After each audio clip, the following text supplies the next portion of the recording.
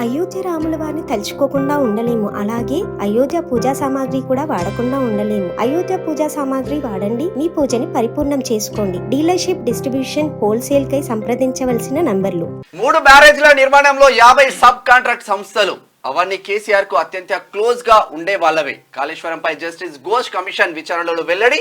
Contract సంస్థల ఆర్థిక లావాదేవీలపై commission ఆరా. ప్రతి పైసా లెక్క తీసేందుకే త్వరలో చార్టర్డ్ అకౌంటెంట్ నియామకం.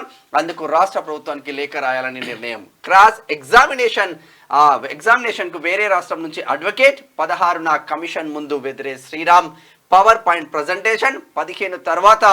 15న తన వాదనలు వినిపించనున్న విద్యుత్ అధికారి కంచర్ల రఘు అంటూ చూస్తున్నాం. మొత్తం మీద కాళేశ్వరం కథ ఏందో చూడాల్సిన అవసరం ఉంటుంది. ఇక్కడ 3 బ్యారేజీల నిర్మాణంలో 50 కాంట్రాక్ట్ సంస్థలు ఉన్నాయంట. అవన్నీ కేసీఆర్ కి అత్యంత క్లోజ్ గా ఉన్నాయి. ఎవరు ఇప్పుడు ఏమేమి ఉంటాయి అవి చెప్పరాదు, 2-3 పేర్లు. ఇక అవన్నీ 1,00,000 ఇట్లా ప్రతిమ తర్వాత ఇంకేదో అన్ని ఎక్కువ రావులే ఉంటాయి. అవన్నీ కూడా రావు అంటే ఏవి రావు అన్నట్టు. పబ్లిక్ ఏం రావు, నీళ్ళు రాకుండా ఇట్లా అయిపోయినట్టు కథ. కాళేశ్వరం ప్రాజెక్టులో ఆర్థిక అవకతవకలపై జస్టిస్ పిసి ఘోష్ నేతృత్వంలోని జ్యుడిషియల్ కమిషన్ ఎంక్వైరీని ముమ్మరం చేసింది. టెక్నికల్ అంశాలతో పాటు ఆర్థిక అక్రమాలపై సమాంతరంగా విచారణను చేపడుతున్నది.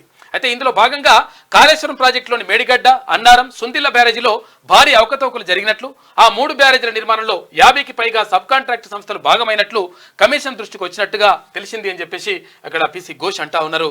కమిషన్ నేతృత్వం వస్తున్నటువంటి కమిషన్ చైర్మన్.